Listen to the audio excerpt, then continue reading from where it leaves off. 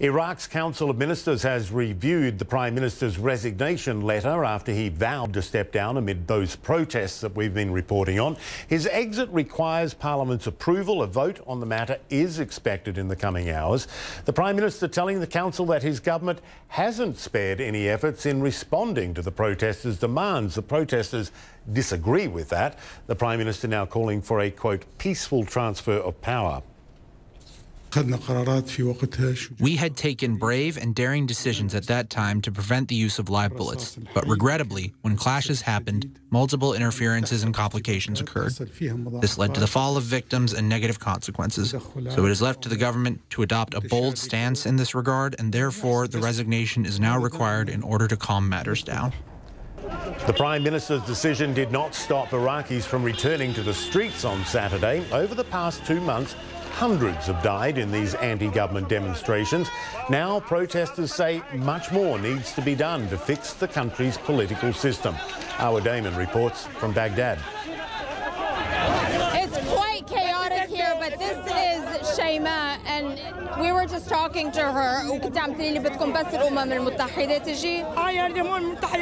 She was saying she just wants the United Nations to come in and get involved and look at what is going on here, to come in and actually support the population. And they also want to end Iran's influence. If you come this way, you can see, if you come this way, you can see what has become this de facto front line. And what they're trying to do here is keep pushing forward to take control of these vital bridges that cross the Tigris River. And in doing that, they're hoping to keep up even more pressure on the Iraqi government, because they say unless they keep going like this, unless they keep trying to push forward and make sure that their demands are heard, they say nothing is going to change. Shayma showing us what is being shot at them. He's saying this is the blood. شو صار؟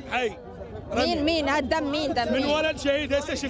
هلا. He says this is blood from someone who he says was just shot, who was just injured, and he carried him, and this is the blood. You can see really just how intense it is here right now.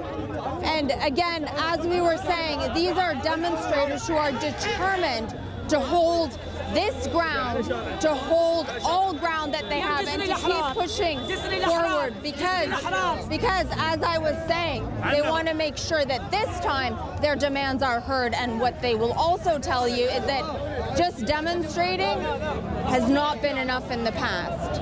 They say that they have to keep the pressure up, otherwise they say the government will just keep on making its empty promises. Arwa Damon, CNN, Baghdad.